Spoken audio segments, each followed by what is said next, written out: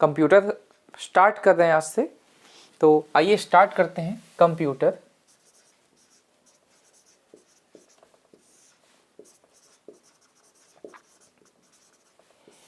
तो सबसे पहला सवाल कि कंप्यूटर क्या है।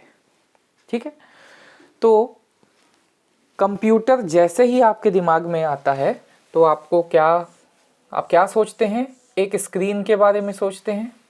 ठीक है, इसके बाद कुछ कीज लगे हुए एक बोर्ड के बारे में सोचते हैं, यही आता है ध्यान में। इसके बाजू में एक माउस लगा रहता है, ये सभी के सभी एक बाजू के डब्बे में लगा हुआ होता है। ठीक है, ये इसमें ऐसे जाता है और ये इसमें से ऐसे आता है। ठीक है, तो यही आप कंप्यूटर के बारे में सोचते हैं। स्क्रीन, कीबोर्ड, है ना, माउस, और ये हो जाता है सीपीयू। यही आपके दिमाग में आता है, तो यही है कंप्यूटर, है ना। देखिए कंप्यूटर जो है ना, मुख्य रूप से इनपुट कराया जाता है, ये इसको प्रोसेस करता है और वो आउटपुट देता है आपको, है ना। तो ये कंप्यूटर है। तो कंप्यूटर एक कैसी मशीन है? इलेक्ट्रॉनिक मशीन है। ठीक है, तो कंप्यूटर की परिभाषा क्या हो जाएगी? कंप्यूटर एक इलेक्ट्रॉनिक मशीन है जो इनपुट के रूप में डेटा को ग्रहण करता है। इनपुट के रूप में डेटा को ग्रहण करता है, उसका विश्लेषण करता है। विश्लेषण कहाँ होगा? सीपीयू में। उसका विश्लेषण करता है तथा आपको वांछनीय परिणाम उपलब्ध कराता है। किसके रूप में? आउटपुट के रूप में। तो कंप्यूटर बेसिकली क्या हो गया? बेसिकली कंप्यूटर हो गया, ये इनपुट कराया हमने, इसका प्रोसेसिंग हुआ,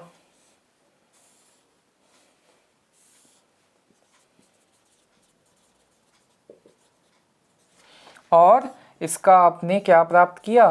प्रोसेसिंग के बाद आउटपुट प्राप्त किया। तो ये हो गया कंप्यूटर। ठीक है, ये हो गया क्या सॉरी, क्या हो गया आपका? ये कंप्यूटर हो गया। तो यही इसकी परिभाषा है कि कंप्यूटर एक इलेक्ट्रॉनिक मशीन है, एक इलेक्ट्रॉनिक मशीन है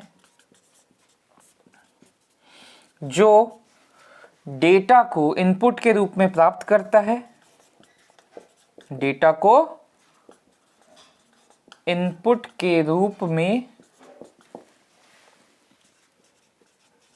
ग्रहण करता है तथा प्रोसेस करने के पश्चात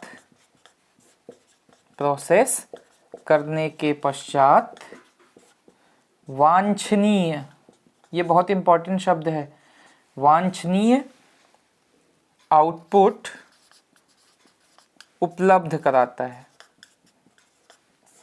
उपलब्ध कराता है। तो ये है कंप्यूटर। ठीक है, और हिंदी में इसको क्या कहते हैं? हिंदी में इसे संगणक कहते हैं। आपको याद रखना है, हिंदी में संगणक कहते हैं, कंप्यूटर को संगणक कहते हैं। ठीक, और कंप्यूटर के जो पिता है या पितामह है, क्या कहिए? पितामह।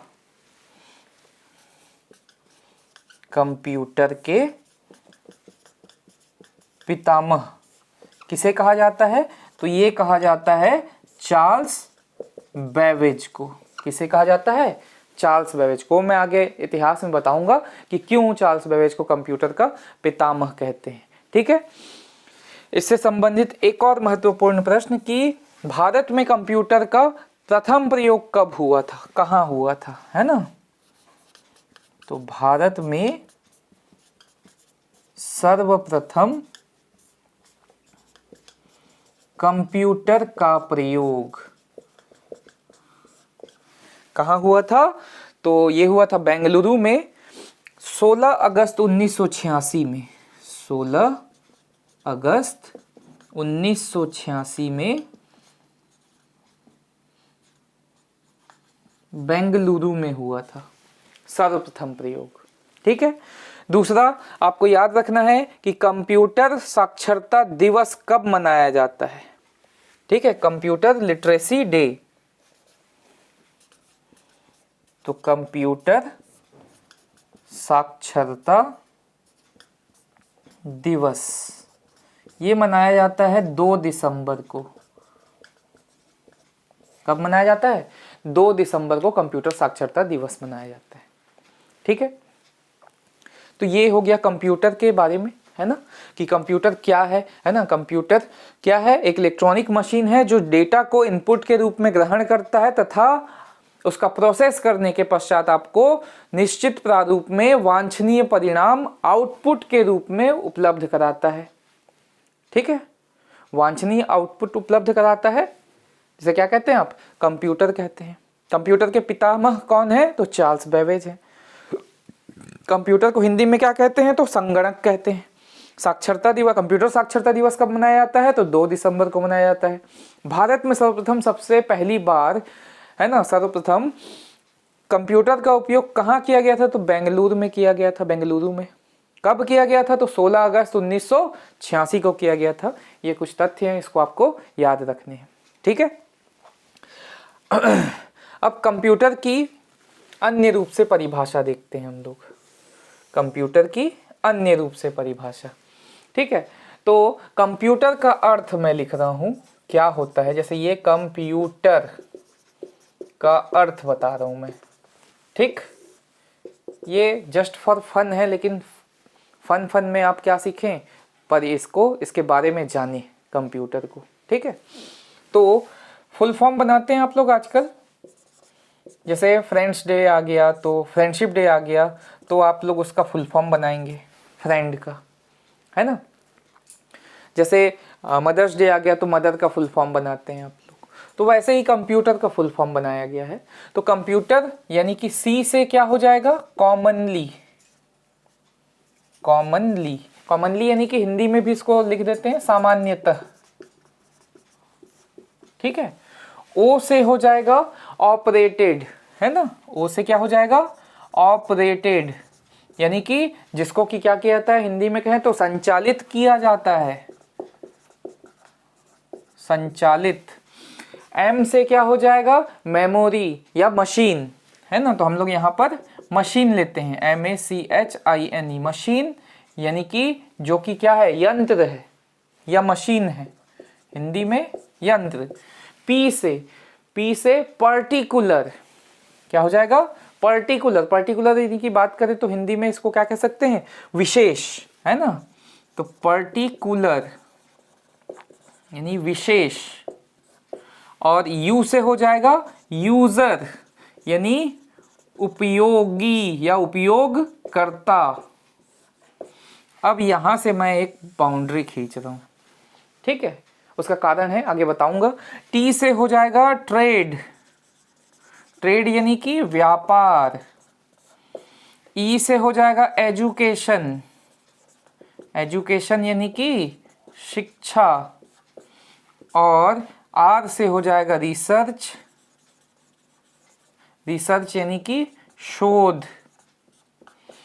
तो भाई कंप्यूटर सामान्यतः ऐसी मशीन है, ठीक है, कंप्यूटर सामान्यतः ऐसी मशीन है जो विशेष कार्यों के लिए उपयोगकर्ता द्वारा संचालित की जाती है। सामान्यतः कंप्यूटर ऐसी मशीन है या यंत्र है जो उपयोगकर्ता द्वारा विशेष कार्यों के लिए संचालित की जाती है। और वो विशेष कार्य कौन कौन से हो जाएंगे, कौन कौन से क्षेत्रों में हो जाएंगे, तो इसलिए यहाँ पे मैंने क्या कर दिया, सेपरेशन लाइन खींच दिया है कि वो विशेष कार्य व्यापार के क्षेत्र में कर सकते हैं, शिक्षा के क्षेत्र में कर सकते हैं, शोध कार्यों में कर सकते हैं। ठीक है, तो ये हो गया कंप्यूटर कंप्लीट।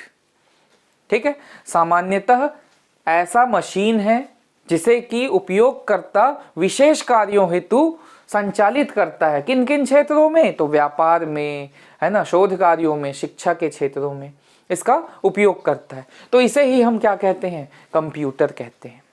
ठीक है, समझ में आ गया। ऐसे तो ऑक्सफोर्ड इंग्लिश में है ना, या ऑक्सफोर्ड की डिक्शनरी में कंप्यूटर के बारे में बताया गया है। ठीक है, तो कंप्यूटर के बारे में ऑक्सफोर्ड डिक्शनरी में क्या बताया गया है कि कंप्यूटर एक ऐसा मशीन है, इलेक्ट्रॉनिक मशीन है, जो कि क्या करता है, तर्कपूर्ण कार्य करता है।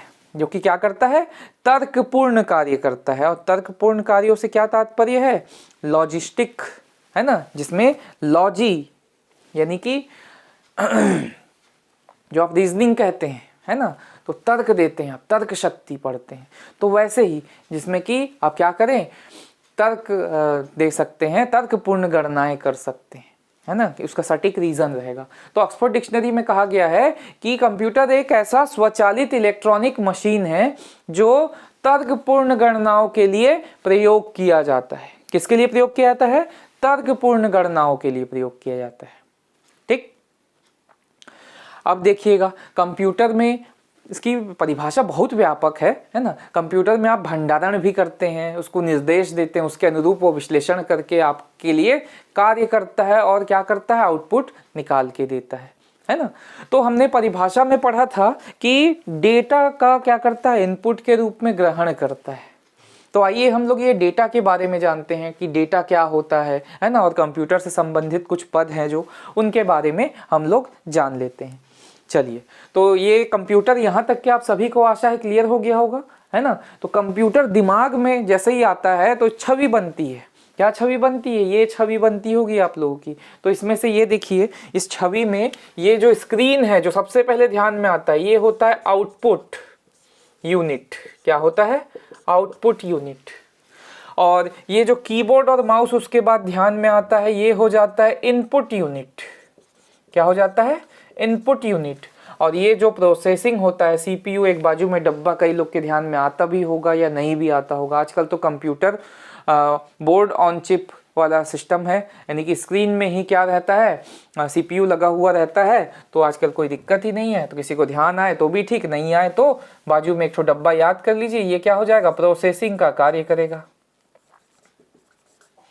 ठीक है, तो ये है कंप्यूटर भाई, है ना। इनपुट दिया, प्रोसेस किया और आउटपुट उपलब्ध किया, है ना, एकदम आसान भाषा में। चलिए अब इस डेटा को देखते हैं, जिसको आप क्या कराएंगे, इनपुट कराएंगे।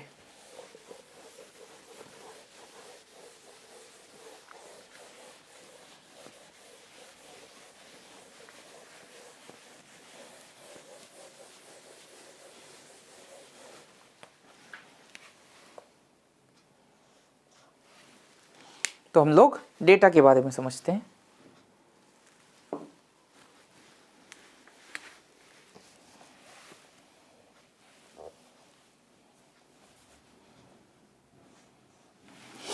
ठीक है, तो डेटा डेटा, डाटा जो कहिए आप, है ना, इंग्लिश में डेटा, हिंदी में डाटा। ठीक है, तो डेटा के बारे में याद रखिएगा, अव्यवस्थित आंकड़ों के समूह को डेटा कहते हैं।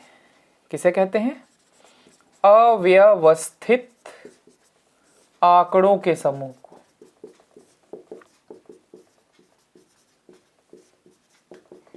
क्या कहेंगे, डेटा कहेंगे। ठीक, और इंफॉर्मेशन, अभी इसको डिटेल करूंगा, यही बाजू में इंफॉर्मेशन लेके चलते हैं। इंफॉर्मेशन यानी कि सूचना। तो सूचना किसे कहेंगे हम, व्यवस्थित आंकड़ों के समूह को सूचना कहेंगे। व्यवस्थित आंकड़ों के समूह को क्या कहेंगे, सूचना कहेंगे या इंफॉर्मेशन कहेंगे। ठीक, समझिएगा, जैसे मैंने आपको डेटा दिया, कोई सा 50 लिख के दे दिया, 50 दिया, 50 लिखा हुआ है, आपको अभी डेटा है या इंफॉर्मेशन है, आपको ये समझना है। मान लीजिए मैंने 50 लिख दिया, है ना। तो 50 लिख दिया तो क्या समझ में आ रहा है आपको, 50 से क्या समझते हैं, है ना, 50 क्या सर के बाल हैं, 50 क्या है, कुछ समझ में नहीं आ रहा है। तो जब कुछ समझ में नहीं आए तो वो डेटा हो जाएगा। क्या हो जाएगा, डेटा हो जाएगा। ये डेटा है, 50 लिखा हुआ है, कुछ समझ नहीं आ रहा है इससे, तो ये डेटा है। ठीक है, यानी कि रॉ इन्फॉर्मेशन है, कि कोई इन्फॉर्मेशन ही प्रोवाइड नहीं करता है। लेकिन अगर मैं 50 के आगे रुपए लिख दूं, क्या लिख दूं, 50 के आगे रुपए लिख दूं, या 50 के आगे मीटर लिख दूं, या 50 के आगे क्या लिख दूं, रुपए लिख दूं, या मीटर लिख दूं, या किलोमीटर लिख दूं, या मैं लीटर लिख दूं, तो ये आपको अब समझ में आ रहा है। 50 रुपए कहा मैंने, यानी कि ये क्या है, मुद्रा है, क्वांटिटी में क्या है, मुद्रा है कि 50 रुपए है। ठीक है, अगर मीटर कह दिया 50 मीटर तो क्या समझ में आता है आपको कि ये लंबाई होगी, किसी चीज की लंबाई होगी। ऐसे ही लीटर कह दिया तो ये लिक्विड का वो क्या है, लिक्विड की मात्रा है ना, लिक्विड की क्वांटिटी है कि 50 लीटर है ये। ठीक है, तो जब आपको ऐसी आंकड़े व्यवस्थित स्वरूप में प्राप्त हों तो आप उसको क्या कहेंगे, इंफॉर्मेशन कहेंगे। और जब आपको कुछ भी उसके आंकड़ों के बारे में ना पता हो तो आप उसको क्या कहेंगे, डेटा कहेंगे। क्या कहेंगे, डेटा कहेंगे। तो इसी को एग्जाम्पल स्वरूप में लिख लीजिए कि एग्जाम्पल क्या है, ये 50 लिख दिया मैंने और इसमें ये 50 रुपए या लीटर या मीटर किसी भी स्वरूप में दिया रहे तो ये क्या कहलाएगा, इंफॉर्मेशन कहलाएगा। ये इंफॉर्मेशन दे रहा है। एक और समझिएगा, जैसे मान लीजिए कि आपको दे रहा है एग्जाम्पल कि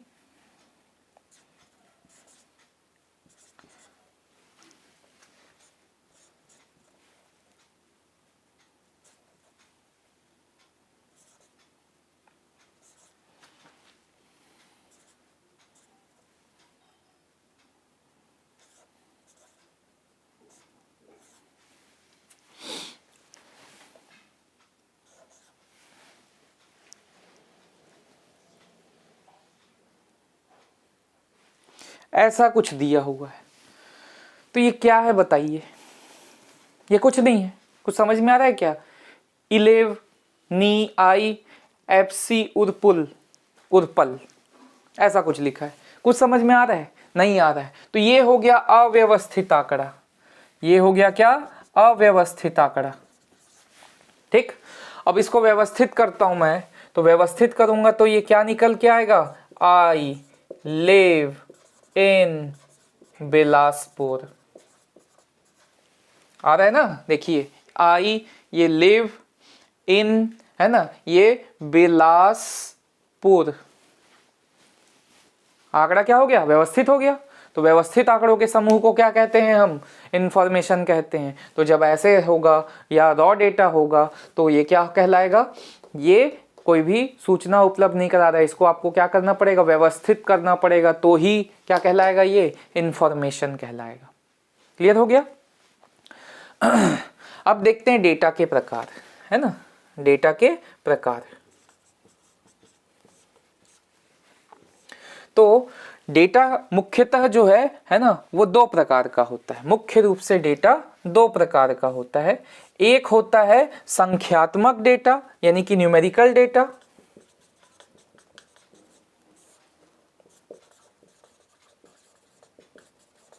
ठीक है, और दूसरा डेटा होता है चिन्हात्मक डेटा, या उसको कहते हैं अल्फा न्यूमेरिकल डेटा। चिन्हात्मक, अल्फा न्यूमेरिकल डेटा, ये दो प्रकार के होंगे। तो अब संख्यात्मक डेटा क्या होगा, तो भाई जो अंकों से मिलकर बना डेटा होगा वो संख्यात्मक डेटा होगा, है ना। अब अंकों से मिलकर बना होगा यानी कि 0 से 9 तक के कुछ 10 संख्यांक हैं आपके, इससे मिलके जो डेटा बना होगा उसको क्या कहेंगे हम, न्यूमेरिकल डेटा कहेंगे। जैसे है ना, स्कूल कॉलेज में जो आप लोग प्राप्तांक प्राप्त करते हैं वो अंकों में लिखा रहता है। हम लोग का वेतन जो है ना, वो भी अंकों में लिखा हुआ होता है। बिजली बिल जो आता है वो अंकों में लिखा होता है। तो ये सभी के सभी क्या है, संख्यात्मक डेटा है। क्या है, संख्यात्मक डेटा है। ठीक है, ऐसे ही चिन्हात्मक डेटा क्या हो जाएगा, जिसमें अक्षर, अंक और चिन्ह तीनों का प्रयोग करेंगे। इसको हम लोग और भी डिवाइड करते हैं, न्यूमेरिक डेटा हो गया, उसके बाद अल्फाबेट डेटा हो गया, और एक सिंबॉलिक डेटा, ऐसा भी मिलेगा आपको किताबों में। ठीक है, तो आप कहेंगे कि सर आपने दो ही प्रकार बताया है, लेकिन हमने क्या किया, चिन्हात्मक या अल्फा न्यूमेरिक डेटा को हमने किसमें किसमें बदल दिया, इसको अक्षरों के रूप में प्रदर्शित कर दिया, है ना, इसको अंकों के रूप में प्रदर्शित कर दिया, इसको हमने चिन्हों के रूप में प्रदर्शित कर दिया। तो ये सब को मिलाकर हमने अल्फा न्यूमेरिक डेटा कह दिया। ठीक है, तो आपको एक चीज याद रखनी है कि संख्यात्मक डेटा में क्या किया जा सकता है, अंक गणितीय क्रियाएं की जा सकती हैं संख्यात्मक डेटा में, लेकिन चिन्हात्मक डेटा में नहीं कर सकते, अंक गणितीय क्रियाएं नहीं कर सकते।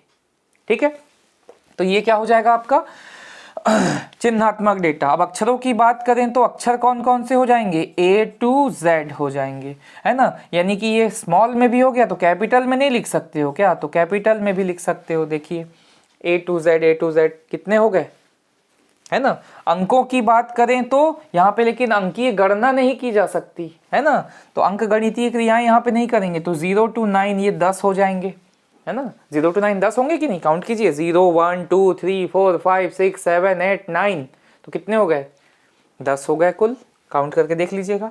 और चिन्हों की बात करें तो जो आप यूज़ करते हैं, क्या @ यूज़ करते हैं, अंडरस्कोर यूज़ करते हैं, है ना, उसके बाद हैश यूज़ करते हैं, ये सभी के सभी चिन्हात्मक डेटा के अंतर्गत आ जाते हैं। और भी बहुत सारे हैं, डॉलर का साइन है, एम्परसेंट है ना, बहुत सारी चीज़ें, तो ये सब चिन्हात्मक डेटा के अंतर्गत आता है। ठीक है, तो कभी आपसे पूछे कि अल्फाबेटिक डेटा कितने होते हैं, तो आपको अल्फाबेटिक डेटा यानी कि अक्षरों वाले डेटा आपसे पूछ रहा है तो कितने होंगे, 26 हो जाएंगे अंग्रेजी वर्णमाला में कुल अक्षर, तो 26 छोटे हाथ के और 26 बड़े हाथ के, तो 52 हो जाएंगे भैया। कितने हो जाएंगे, 52 हो जाएंगे। ठीक है, तो आप लोग को ये याद रखना है, कभी ऐसा क्वेश्चन अगर घुमा के डिटेल से पूछ दे तो आपको उसमें डरना नहीं है, कि ऐसा नहीं कि चिन्हात्मक डेटा में सर ने सबके सब बता दिया, ये नया अल्फाबेटिक डेटा कहाँ से आ जाता है। तो अल्फाबेटिक डेटा यानी कि जो आपने चिन्हात्मक डेटा के अंदर अक्षरों को लिया है उसी में से आपको उठा के लेना है। ठीक है, तो इसमें क्या हो जा रहा है, छोटे हाथ का, है ना, यानी कि स्मॉल लेटर्स और कैपिटल लेटर्स दोनों को ऐड कर लेना है, 26 52 हो जाएगा। आया समझ में। चलिए, तो ये हो गया डेटा का प्रकार। अब इसके बाद अगला देखते हैं, इंफॉर्मेशन भी आप समझ चुके हैं। ठीक है, अगला देखते हैं हम लोग क्या, डेटा प्रोसेसिंग यानी कि डेटा का विश्लेषण। डेटा प्रोसेसिंग, देखिए कंप्यूटर को इंग्लिश टर्मिनोलॉजी में ही पढ़ा जाए तो ज़्यादा उचित होता है ना। सूचना का प्रोसेसिंग यानी विश्लेषण, सूचना विश्लेषण। ठीक है, तो ज़्यादा आसान पड़ता है, इसलिए मैं क्या है, देखिए जो हिंदी में ही लिखा है, यानी कि मैंने जो लिपि अपनाई है वो देवनागरी लिपि अपनाई है, लेकिन लिखा क्या है, इंग्लिश का ही तो लिखा है ना। तो इंग्लिश को देवनागरी लिपि में मैंने प्रस्तुत कर दिया आपको डेटा प्रोसेसिंग।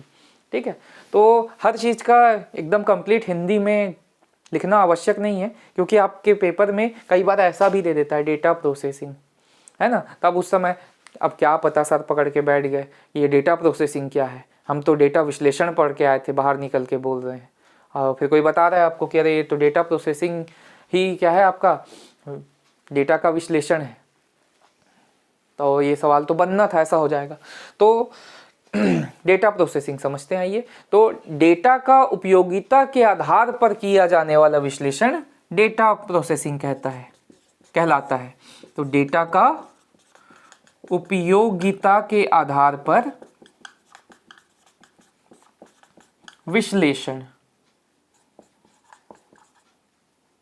उल्टा हो गया, विश्लेषण। ठीक है, तो क्या कहलाता है, डेटा प्रोसेसिंग कहलाता है।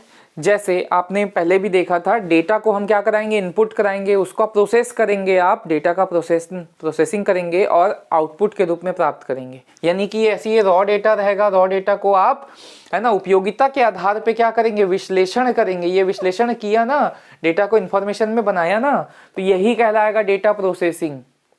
ठीक है, और इसी को इलेक्ट्रॉनिक स्वरूप में करते हैं, तो इसलिए इलेक्ट्रॉनिक डेटा प्रोसेसिंग सेम चीज़ है।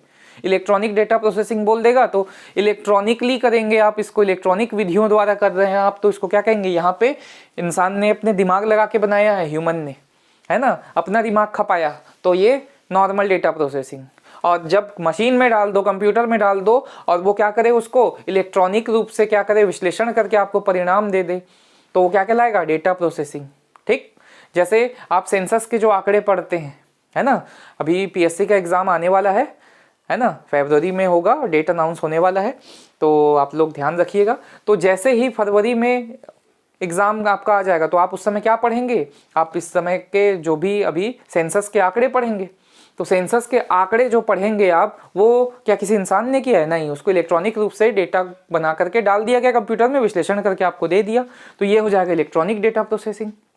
उसी के आंकड़े पढ़ेंगे कि 0 से 14 वर्ष के बच्चे कितने हैं, है ना, या शिक्षित बेरोजगार कितने हैं, या कितने ऐसे हैं जहाँ जिनमें क्या कोरोना का वो लक्षण पाया गया है, अलग अलग आयु वर्ग में। अभी आएगा पूरा डेटा, तो ये सबको आपको पढ़ना पड़ेगा। तो वो कहाँ से किया, इलेक्ट्रॉनिकली रूप से इसका विश्लेषण किया जाता है।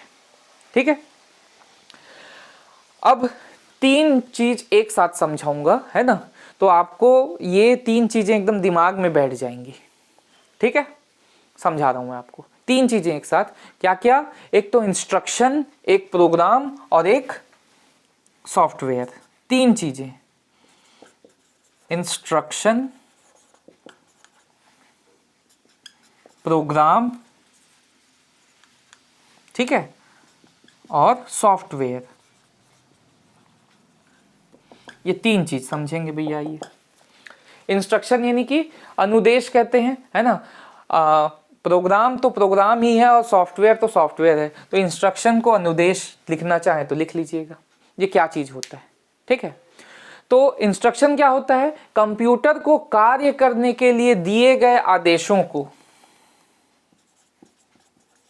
कंप्यूटर को कार्य करने हेतु दिए गए आदेशों को क्या कहते हैं हम, इंस्ट्रक्शन कहते हैं। वहीं प्रोग्राम किसे कहते हैं, तो प्रोग्राम ये जो आदेश है या इंस्ट्रक्शन का सेट है, इसी को कहते हैं program, set of instruction, set of instruction. और सॉफ्टवेयर क्या है, set of program, set of program. ठीक है, तो सेट ऑफ प्रोग्राम क्या हो जाएगा, सॉफ्टवेयर, सेट ऑफ इंस्ट्रक्शन क्या हो जाएगा, प्रोग्राम, और जो आप उसको आदेश देंगे कंप्यूटर को, वो आदेश को क्या कहेंगे हम, अनुदेश कहेंगे, यानी कि इंस्ट्रक्शन कहेंगे। ठीक, तो ये 3 चीजें हो गई। अब इसको समझते हैं। देखिए इंस्ट्रक्शन, जैसे आपको इंस्ट्रक्शन देते हैं, है ना, या सपोज कीजिए कि आपके घर में बर्थडे पार्टी है ना, बर्थडे पार्टी है, तो बर्थडे पार्टी है, बर्थडे का प्रोग्राम है कहते हैं ना हम, है ना, बर्थडे का प्रोग्राम है। तो बर्थडे का प्रोग्राम है, तो उसमें क्या किया जाएगा, अलग अलग लोगों को अलग अलग आदेश दिया जाएगा।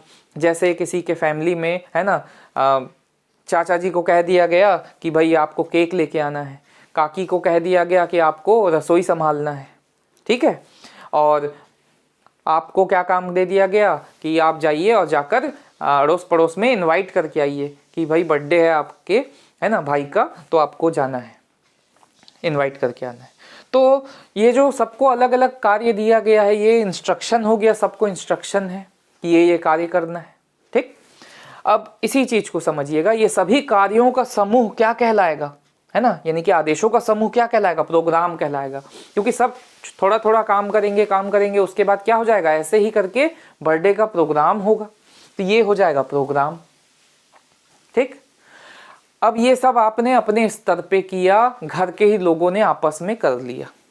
ठीक, अब आते हैं कुछ लोग, है ना, जो लोग क्या करते हैं, इवेंट को ऑर्गेनाइज करते हैं, इवेंट ऑर्गेनाइजर होते हैं, है ना। अब उनके पास जाइए आप, तो आप जाके पूछेंगे, दुकान गए, जाके बोले कि भैया हमारे यहाँ एक प्रोग्राम करना है, तो पूछेंगे कौन सा प्रोग्राम करना है, है ना, बर्थडे का प्रोग्राम करना है, शादी का प्रोग्राम करना है, सालगिरह का प्रोग्राम करना है, छठी का करना है ना, या फिर शोक सभा का करना है, कौन सा प्रोग्राम करना चाहते हैं, उनके पास तो हर प्रोग्राम अवेलेबल है, वो हर प्रकार का प्रोग्राम कंडक्ट करवाते हैं। ठीक है, तो वो क्या हो गए, सॉफ्टवेयर हो गए। ठीक है, प्रोग्रामों का समूह हो गए, तो वो सॉफ्टवेयर हो गए, है ना। अब वहाँ पर आप जाकर बोलेंगे कि भाई ठीक है बर्थडे का प्रोग्राम करना है हमको, तो वो बोले अच्छा बर्थडे करना है, तो बर्थडे के लिए ठीक है भाई कितने लोग हैं पूछेंगे, लोग पूछें, आपने बताया 50 आदमियों का है, तो ठीक है क्या क्या खिलाना चाहते हैं आप बताएंगे इतना, और बर्थडे भव्य होना चाहिए, है ना, ऐसा ऐसा अपनी तरफ से बता दिया। तो वो बोलेंगे ठीक है भाई 50 आदमी हैं, 50,000 रुपये छोड़ जाइएगा, आप पूरा हम देख लेंगे, केक से लेकर के नाश्ता से लेकर के, है ना, कुछ चटपटा खाने का आइटम सब चीज़ हम देख लेंगे, आप बस जाइए। आप पैसे दिए और टेंशन फ्री होकर आ गए और मस्त बढ़िया से अगले दिन बर्थडे मना लिया, है ना। और प्रोग्राम क्या होगा, सबको काम का वो दिया जाएगा, दायित्व दिया जाएगा, है ना। तो वो क्या रहेगा, सेट ऑफ इंस्ट्रक्शन रहेगा। और सॉफ्टवेयर क्या रहेगा, ये जो इवेंट ऑर्गेनाइजर्स हैं ये सेट ऑफ प्रोग्राम हो गए। और इंस्ट्रक्शन क्या है, इंस्ट्रक्शन जो सबको काम करने के लिए जो आदेश दिया जा रहा है, जैसे आपको आदेश दिया गया था कि आप क्या करोगे, सबको इनवाइट करके आओगे, तो ये हो गया क्या, इंस्ट्रक्शन, प्रोग्राम एंड सॉफ्टवेयर, है ना। आप सभी को समझ आ गया होगा। तो ये कुछ इसकी टर्म्स थे कंप्यूटर से संबंधित, इनको हमने अभी देखा। ठीक है, चलिए अब आगे देखते हैं अगला।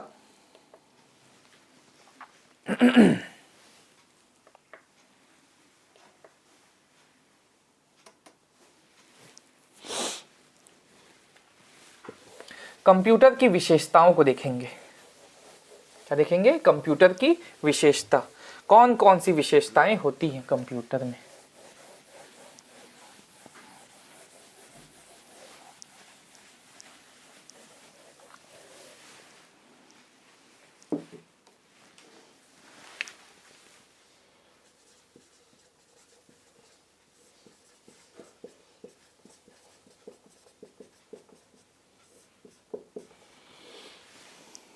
ठीक, तो कंप्यूटर की विशेषताएं, तो सबसे पहला तो कंप्यूटर क्या करता है, बहुत तेज गति से कार्य करता है। तो सबसे पहला हो जाएगा स्पीड या गति, पहला, है ना। तो कंप्यूटर क्या है, 1 सेकंड में लाखों गणनाएं कर सकता है ना, जो कि एक मनुष्य द्वारा पूरे साल भर में किया जाएगा। ठीक है, जो उसी को क्या कर देगा कंप्यूटर, 1 सेकंड में कर देगा। तो कंप्यूटर बहुत तेज गति से कार्य करता है ना। कैलकुलेटर, कैलकुलेटर में आप डेटा फीड करते हैं, इक्वल दबाते हैं, तुरंत उत्तर आ जाता है ना। आपको दे दिया जाए गुणा भाग करने के लिए तो बहुत समय लगा देंगे। ठीक, तो बहुत तेज गति से कार्य करता है। लेकिन इससे क्वेश्चन क्या पूछता है, क्वेश्चन पूछता है प्रोसेसर की स्पीड को किस में नापते हैं, तो या कंप्यूटर की गति को हर्ट्ज में नापते हैं, किसमें, हर्ट्ज में, HURTZ, हर्ट्ज। ठीक है, हर्ट्ज में नापते हैं। अब ये जो हर्ट्ज है ना, ये आज की डेट में गीगा हर्ट्ज पहुंच गया है, हर्ट्ज, है ना, मैं kilo hertz, mega hertz, giga hertz, लेकिन बेसिक इकाई मैंने आपको बताया हर्ट्ज। ठीक है, अब वर्तमान समय में कंप्यूटर किस में काम करते हैं, ये गीगा हर्ट्ज में काम करते हैं। सुपर कंप्यूटर की तो बात ही मत कीजिए, नैनो सेकंड तक का काम करता है ना। तो सेकंडों में भी बता देता हूं कि वर्तमान समय में कंप्यूटर गणनाएं जो है वो नैनो सेकंड्स में गणनाएं करता है। वर्तमान समय में कंप्यूटर नैनो सेकंड्स में गणनाएं करता है।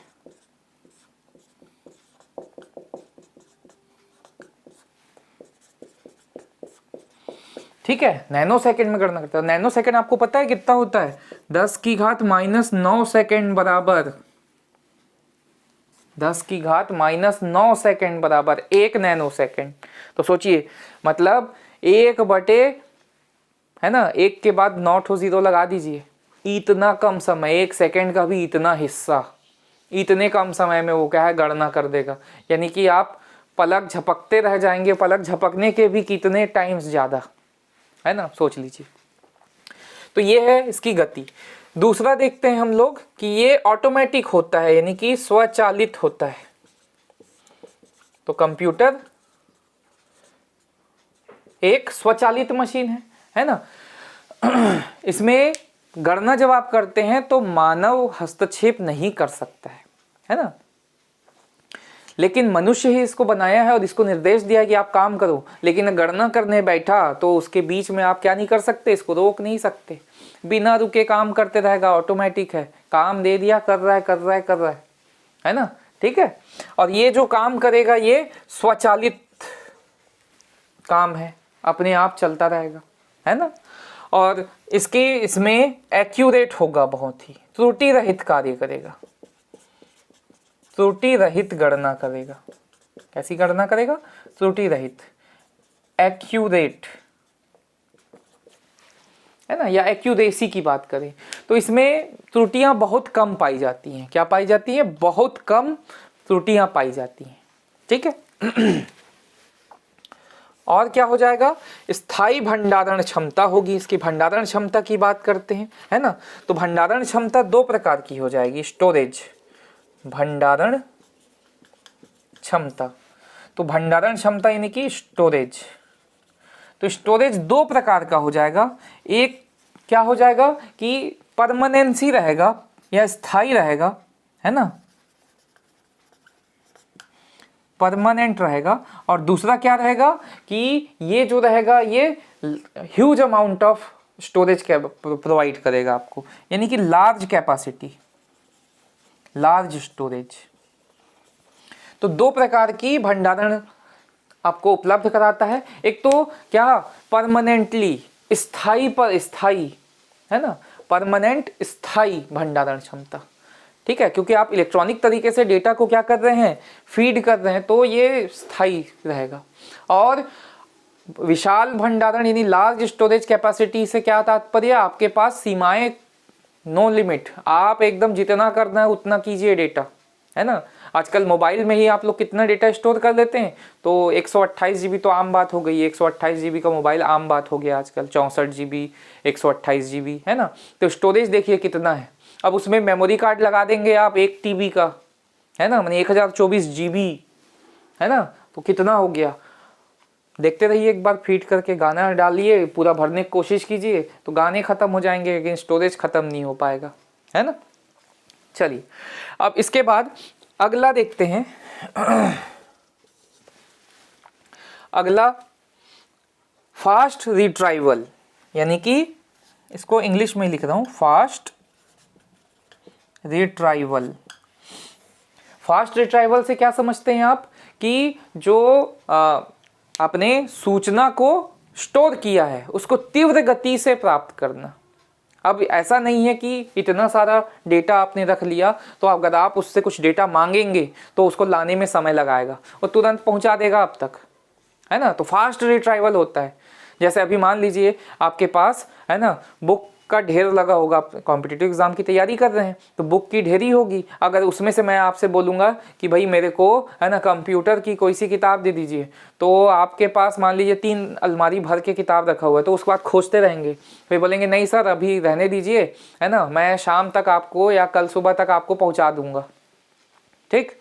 क्यों? क्योंकि आपका रिट्रीवल फास्ट नहीं है। लेकिन कंप्यूटर से बोलूं कि कंप्यूटर में डेटा है और मैं वहाँ पे लिख दूं कोई से कंप्यूटर का किताब का नाम कि संजय मंडल सर की कंप्यूटर की किताब चाहिए, तो संजय मंडल कंप्यूटर बुक सर्च किया, तुरंत ला के दे देगा, दिखा देगा सर्च रिजल्ट, ठीक। तो ये हो जाता है फास्ट रिट्राइवल। आया समझ में? अब इसके बाद अगला है क्विक डिसीजन।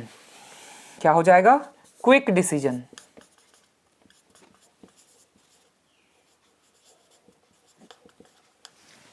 क्विक डिसीजन, तो क्विक डिसीजन से क्या तात्पर्य है? तो क्विक डिसीजन से तात्पर्य ये है कि बहुत तेज क्या कर सकता है, अपना निर्णय ले सकता है, ठीक। अगला देखते हैं विविधता या वर्सेटाइल कहते हैं।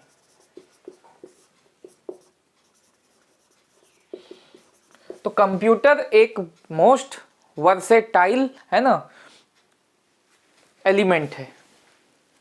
यानी कि विभिन्न प्रकार के कार्यों को ये संपन्न कर सकता है, विविध कार्यों को संपन्न कर सकता है। आपको गाने सुनना है, गाने सुना लेगा, आपको डाउनलोड करना है, डाउनलोड करवा देगा, आपको डॉक्यूमेंट बनाना है, डॉक्यूमेंट बना देगा। ठीक है, तो जो आज के कंप्यूटर है इसमें अलग अलग तरह के कार्य एक ही प्रकार के कंप्यूटर से ले लीजिए। पहले ज़माना ऐसा नहीं था, आज के कंप्यूटरों में ये क्या है, आपको फैसिलिटी दी गई है।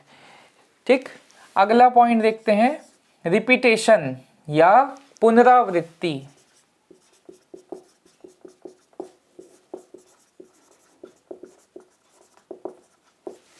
रिपीटेशन है ना, यानी कि ये कोई भी कार्य को बार बार क्या कर सकता है, रिपीट कर सकता है, बोर नहीं होगा। ठीक है, इसको बोरियत महसूस नहीं होगा। मैंने अगर कहा आपसे कि भाई आपको 100 पेज की कॉपी लेनी है और हर कॉपी के हर लाइन में कम से कम 4 बार कंप्यूटर लिखना है, कंप्यूटर कंप्यूटर कंप्यूटर कंप्यूटर, हर लाइन में ऐसे 4 बार कंप्यूटर लिखना है और पूरे 100 पन्ने की कॉपी को केवल कंप्यूटर से ही लिख के ले आना है ना। तो सबसे पहले तो सुन के ही बोरियत लग गया होगा आपको, है ना। तो आप ऐसे रिपीटेटिवली काम नहीं कर सकते, एक ही काम को बार बार बार बार नहीं कर सकते। लेकिन कंप्यूटर को बोल दिया तो कंटिन्यूअस वो क्या करते रहेगा, उस कार्य को करता रहेगा। अब इसी से एक और टॉपिक आता है, यूनिफॉर्मिटी। क्या आता है, यूनिफॉर्मिटी या एक रूपता कहते हैं, एक रूपता, यूनिफॉर्मिटी। तो एक रूपता से क्या तात्पर्य है, अभी मैंने जैसे बताया आपको कि 100 पेज की कॉपी के हर लाइन में आपको कंप्यूटर कंप्यूटर लिखना है और 100 पेज तक यही काम करना है। तो अब सर ने कहा है तो लिखना पड़ेगा, मजबूरी है। तो शुरू में तो एकदम हैंड राइटिंग बना बना के कंप्यूटर कंप्यूटर अच्छे से लिखेंगे। पहले पेज में कंप्यूटर तो समझ में आ रहा है, अच्छे से बढ़िया से हैंड राइटिंग लिखा, वाह क्या शानदार हैंड राइटिंग है, मैंने भी देख कर कहा। अगला पेज पलटा, अगला पेज पलटा, हैंड राइटिंग घसीटा मारना शुरू हो गए। लास्ट के पेज तक आते आते क्या हो गया, ये बस ऐसे ही कंप्यूटर हो गया, समझिए क्या लिखा हुआ है। तो आपने एक रूपता से काम किया क्या, जैसा पहले पेज के पहले लाइन के पहला कंप्यूटर लिखा था आपने, है ना, वैसा लिखा क्या, यहाँ पे नहीं लिखे। तो ये एक रूपता आपकी नहीं रही। ठीक है, तो लेकिन कंप्यूटर को कहा तो वो 100 पेज तक के कंप्यूटर कंप्यूटर लिखेगा तो एक ही जैसा लिखेगा, है ना। आप पहला पेज का पहला कंप्यूटर देखिए या अंतिम पेज का लास्ट वाला कंप्यूटर लिखा देखिए, दोनों एक समान रूप से ही लिखा रहेगा, है ना। तो इसमें वो किसी भी प्रकार का कोई कोताही नहीं करेगा। ठीक है, तो ये इसे क्या कहते हैं, काम को एक समान रूप से करना यूनिफॉर्मिटी कहलाता है। तो ये कंप्यूटर का गुण है। ठीक है, अब अगला हो जाएगा, काफी कुछ बता दिया।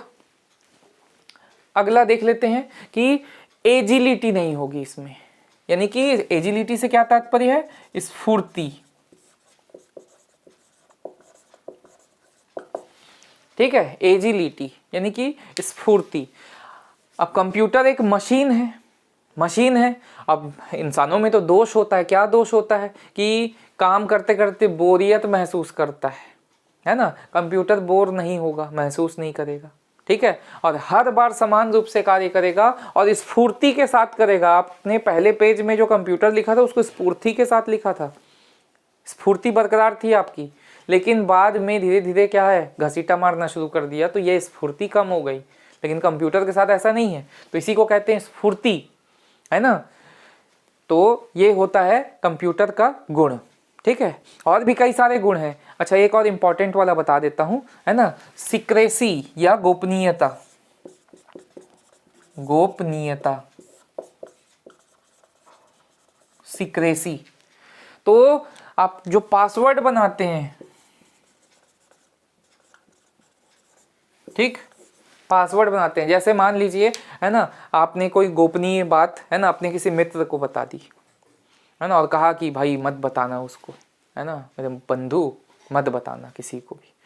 अब लड़का है तो ठीक है, चलिए एक बार बात को दबा के बैठ जाएगा। लड़की है तो अब उसके तो वो जैसे ही वो सुनेगी कि किसी और को मत बताइएगा या मत बताना, तो उसके तो पेट में दर्द शुरू हो जाएगा कि जब तक ना बताऊं तब तक उसको शांति नहीं मिलेगी, किसी को भी ना बताऊं, है ना। लेकिन लड़के के साथ क्या है, ऐसा नहीं है कि लड़का है तो नहीं बताएगा, लड़के भी बता देते हैं, है ना। जस्ट फॉर एग्जांपल आपको समझाने के लिए बोल रहा हूँ, ऐसा नहीं है ना। लड़कियां सबसे ज़्यादा सीक्रेट्स को क्या करती हैं, दबाए रखती हैं, है ना। लेकिन लड़के बोल देते हैं धौंस में, ठीक है।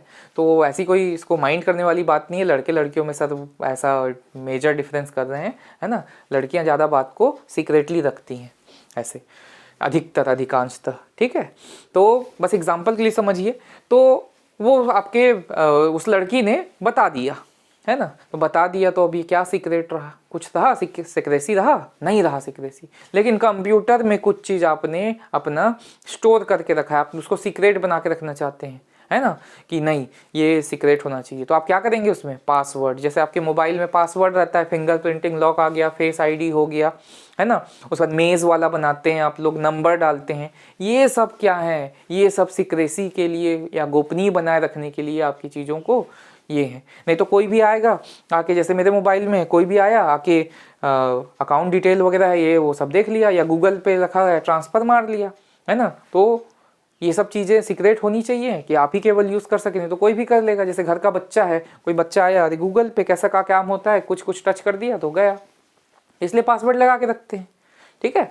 तो ये गोपनीयता को भी उपलब्ध कराता है आपको, ठीक है। तो ये बहुत सारे पॉइंट्स बता दिया इसमें मैंने आपको, है ना। तो आप लोग ये पॉइंट्स को समझ के रखिएगा, क्योंकि एग्जाम में क्वेश्चन ऐसा नहीं है कि ऐसा पूछता है कंप्यूटर की विशेषता निम्न में से कौन सी नहीं है, ऐसा पूछ देगा। तो जब नहीं है उसमें से कोई सा एक दे देगा जो नहीं रहेगा, इसलिए आपको जानना है कि क्या नहीं है, ठीक है। चलिए अब इसके बाद देखते हैं इसका लिमिटेशन, कंप्यूटर का लिमिटेशन, कंप्यूटर की सीमाएं।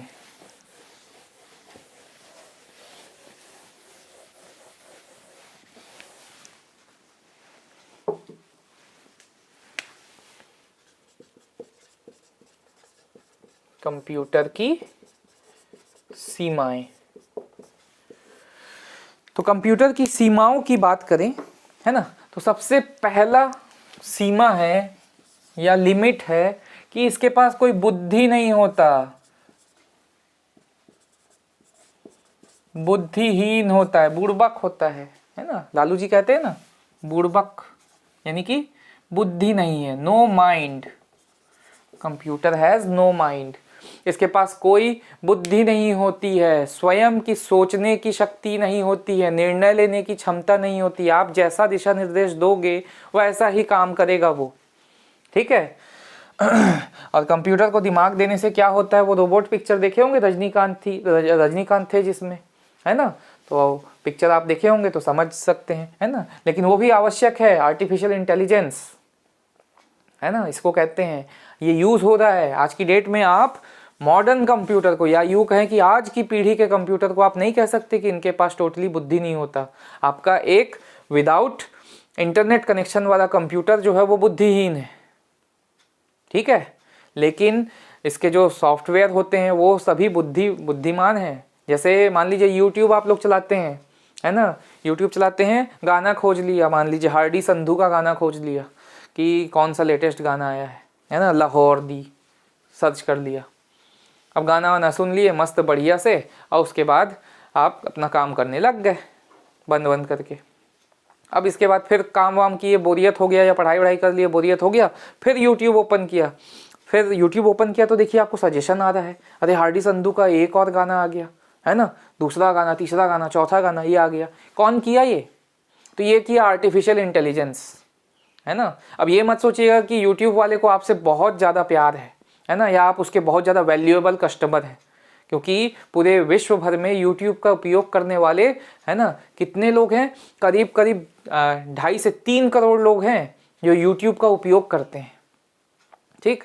तो उसमें से आप एकदम विशिष्ट नहीं है कि आपने हार्डी संधू का एक गाना खोजा तो अरे भाई इसने खोजा है तो इसको और गाने दे दो, है ना। विशिष्टता वाला काम नहीं है कोई यहाँ। तो वहाँ पे कौन कर रहा है ये काम आर्टिफिशियल इंटेलिजेंस कर रहा है, एआई कर रहा है। ये क्या करेगा, ये आपने सर्च किया, उस आधार पे हार्डी संधू का और भी लेटेस्ट गाना ये है तो वो गाना आपको सर्च कर देगा।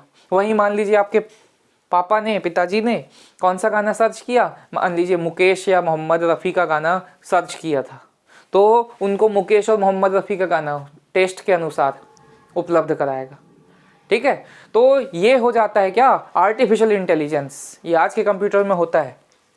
फ्लिपकार्ट वगैरह यूज़ करते हैं, अमेज़न यूज़ करते हैं, रिकमेंडेड फॉर यू करके, तो ऐसा कुछ खास नहीं है, आर्टिफिशियल इंटेलिजेंस है ना, सॉफ्टवेयर डला हुआ है, उसके हिसाब से वो भेज देता है कि भाई आप जूता खोज रहे थे तो ये कुछ और जूते हैं, और आप जिस प्राइस रेंज का देखेंगे उसी रेंज के आसपास का ही आपको दिखाएगा। ठीक, तो एआई है। दूसरा सीमा देखते हैं, ये बहुत ही खर्चीला होता है। क्या होता है? खर्चीला होता है, एक्सपेंसिव होता है ना। और क्या है तीसरा चीज? डिपेंडेंसी ऑन इलेक्ट्रिसिटी, यानी विद्युत पर निर्भरता है। तो ये कैसा है? विद्युत निर्भर, बिना विद्युत चल ही नहीं सकता, बिना विद्युत के ये चल ही नहीं सकता। और क्या है? वायरस का खतरा है इसको, वायरस का खतरा। ऐसा नहीं कि कोरोना फैला हुआ है तो कोरोना कंप्यूटर में फैल जाएगा, है ना। बात चल रही कंप्यूटर वायरस की, है ना। इसको कंप्यूटर वायरस में मैं बताऊंगा आपको कि वायरस क्या होता है। ठीक है, वायरस का फुल फॉर्म होता है।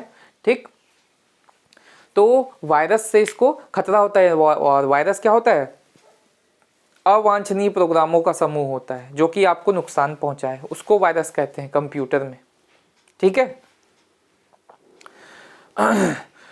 तो ये हो गया कंप्यूटर की सीमाएं। अब बात करते हैं कंप्यूटर के अनुप्रयोग की। किसकी? कंप्यूटर के अनुप्रयोग।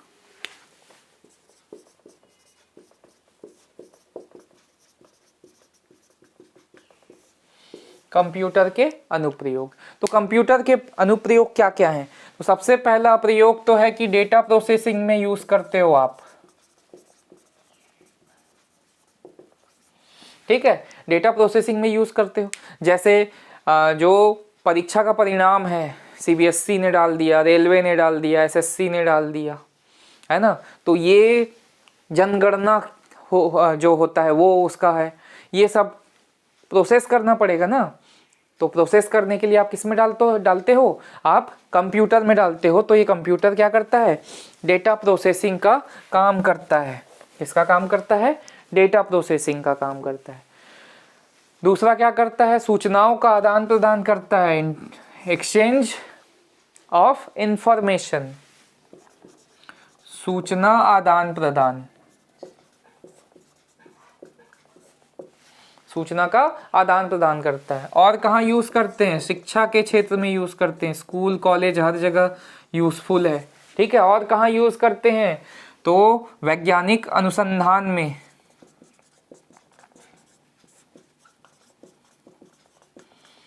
और कहाँ यूज करते हैं? बैंकों में यूज करते हैं, तो बैंकिंग में। और कहाँ यूज करते हैं? व्यापार में यूज करते हैं, ऑर्डर लगाते हैं कि नहीं। और कहाँ यूज करते हैं? रिजर्वेशन में।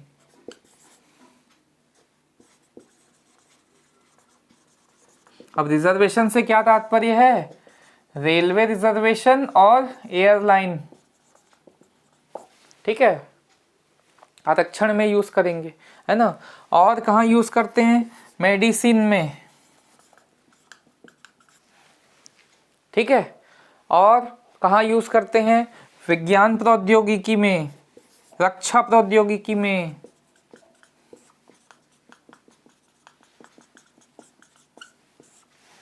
ठीक है, हर जगह उपयोग होता है। कैसे क्या क्या होता है आपके दिमाग में जो भी दौड़ रहा होगा सब सही है। ठीक है, तो ये है आपका क्या है? कंप्यूटर, है ना। बहुत सारे क्षेत्र हैं, संचार में उपयोग करते हैं, मोबाइल में, मनोरंजन के लिए भी यूज़ करते हैं। बोल देंगे आप सर हम तो यूट्यूब देख के एंटरटेनमेंट लेते हैं, है ना। तो भाई मनोरंजन में भी यूज़ करते हो, है ना। बुक पढ़ोगे आप, बुक भी छापे हैं, उससे भी होगा। बहुत सारे हैं, बहुत सारे हैं, है ना। सरकारी का क्षेत्रों में करते हैं। लाइब्रेरी, आजकल ई लाइब्रेरी चालू हो गया है ना। तो ई लाइब्रेरी में, ठीक है, आपको जो भी किताब चाहिए रहेगी आईआईटी खड़गपुर की वेबसाइट में आप लोग ना क्या कर लीजिएगा, रजिस्ट्रेशन कर लीजिएगा। आपको वहाँ पर ई लाइब्रेरी में बहुत सारी किताब मिलेगी। जो जो किताब आपको चाहिए सारी की सारी किताबें मिलेंगी कंपटीशन की, सभी प्रकार की कंपटीशन की, स्कूल से लेकर कॉलेज से लेकर हर किताब मिलती है। आप लोग लेकिन रजिस्टर कीजिएगा आईआईटी खड़गपुर की वेबसाइट पे। ठीक है, वहाँ पर डिजिटल पुस्तकालय आपको उपलब्ध है जिसमें कि आप कोई सा भी किताब आप डाउनलोड कर सकते हैं फ्री ऑफ कॉस्ट, है ना। तो फ्री ऑफ कॉस्ट आप उसमें हर चीज़ कर सकते हैं। तो आप लोग देख लीजिएगा, रजिस्ट्रेशन कर लीजिएगा अपना उसमें। ठीक है, तो ये इसलिए मैं इसको और ज़्यादा डिटेल में नहीं बता रहा हूँ और एक्स्ट्रा नहीं बता रहा हूँ, है ना। अब इसका जो ये हम लोग प्रयोग कर रहे हैं, अनुप्रयोग कर रहे हैं, इसका क्या प्रभाव पड़ रहा है। तो अनुप्रयोगों के प्रभाव देख लेते हैं, है ना। क्या देख लेते हैं, अनुप्रयोगों के प्रभाव।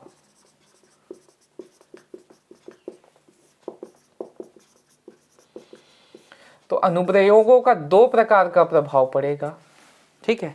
एक कौन सा प्रभाव पड़ेगा, अनुप्रयोगों के दो रूप से प्रभाव पड़ेंगे। एक प्रभाव क्या पड़ेगा, पॉजिटिव, और एक नेगेटिव इम्पैक्ट। दो प्रकार का इम्पैक्ट होता है ना। कंप्यूटराइजेशन से दो प्रकार का इम्पैक्ट होगा, एक इसका पॉजिटिव इम्पैक्ट होगा और एक इसका नेगेटिव इम्पैक्ट होगा। सकारात्मक और नकारात्मक, पॉजिटिव नेगेटिव इसलिए लिख दिया मैंने। तो इसका पॉजिटिव इम्पैक्ट तो बहुत अच्छी चीज़ है कि क्या हो रहा है, एक तो टाइम बचा रहा है ना, समय की बचत हो रही है। कैसे, एक काम पहले है ना इतने दिन लग जाते थे करने में, लेकिन अब वर्षों का काम एक दिन में हो जा रहा है, कुछ मिनटों में हो जा रहा है, कुछ सेकंड्स में हो जा रहा है ना। दूसरा क्या है, ये एररलेस वर्क कर रहा है, यानी कि त्रुटि रहित कार्य कर रहा है, त्रुटि रहित कार्य कर रहा है, ठीक है। और कार्य की गुणवत्ता को बनाए रख रहा है, गुणवत्ता मेंटेन कर रहा है, ठीक है। और आजकल गो ग्रीन देखा होगा आपने, है ना, गो ग्रीन चल रहा है, यानी कि आप एटीएम से आप पैसे भी निकालते हैं तो रिसिप्ट भी नहीं निकलता है, आपके मोबाइल में मैसेज आ जाता है, ठीक है। पासबुक में एंट्री कराने की जरूरत नहीं है, आप इलेक्ट्रॉनिकली क्या कर सकते हैं, पासबुक का यूज़ कर सकते हैं। तो कागज बचा रहा है, कागज बचा रहा है ये, ठीक है। ये सब पॉजिटिव है। लेकिन नेगेटिव इम्पैक्ट क्या है, तो नेगेटिव इम्पैक्ट है ये बेरोजगारी को बढ़ा रहा है। क्या कर रहा है, बेरोजगारी को बढ़ा रहा है। अब बेरोजगारी कैसे बढ़ा रहा है, 10 आदमियों का काम अकेला एक कंप्यूटर करेगा, बढ़ गया ना बेरोजगारी। जैसे पहले पैसा निकालने के लिए आज भी जाते हैं, लेकिन कम हो गया है, ये धीरे धीरे और कम हो जाएगा, है ना। जैसे पहले पैसा निकालने जाते थे तो एक आदमी के पास जाके एंट्री करवाते थे कि भैया मेरे को पैसा निकलवाना है, ये फॉर्म भर के देते थे उसको, वो उसको फॉरवर्ड करता था, दूसरे के पास जाता था, वहाँ पे पता चलता था कि इनके पास कितना पैसा है, तीसरे के पास पहुँचता था, हाँ भाई इतने पैसे में से इतना चले गया तो इतना बचा, अगले के पास जाता था, वो पैसा निकाल के देता था आपको, 4 आदमी। अब एक कार्ड लीजिए, जाइए एटीएम, है ना, स्वैप कीजिए, पैसा निकालिए, चले आइए। एक भी आदमी चाहिए क्या, नहीं चाहिए, एक चाहिए जो आके पैसा डालेगा, खत्म हो जाएगा, है ना, पैसा खत्म हो जाएगा, कागज़ खत्म हो जाएगा प्रिंट करने के लिए, वो सब जो डालेगा वही चाहिए, खत्म काम, एक आदमी से काम बन जा रहा है। तो वो क्या हो रहा है, 4 आदमी, 3 आदमी बेरोजगार, एक ही आदमी काम कर रहा है ना। तो ये इसका नेगेटिव इम्पैक्ट है, नकारात्मक प्रभाव है कंप्यूटर का, है ना। और भी होंगे, आप लोग सोचिएगा, ठीक है। तो आज की क्लास यहीं तक, ठीक है। ये कंप्यूटर के बारे में बेसिक चीज़ें आपको समझ में आ गई होंगी, है ना। तो मिलते हैं अब आपसे अगली क्लास में, तब तक के लिए धन्यवाद।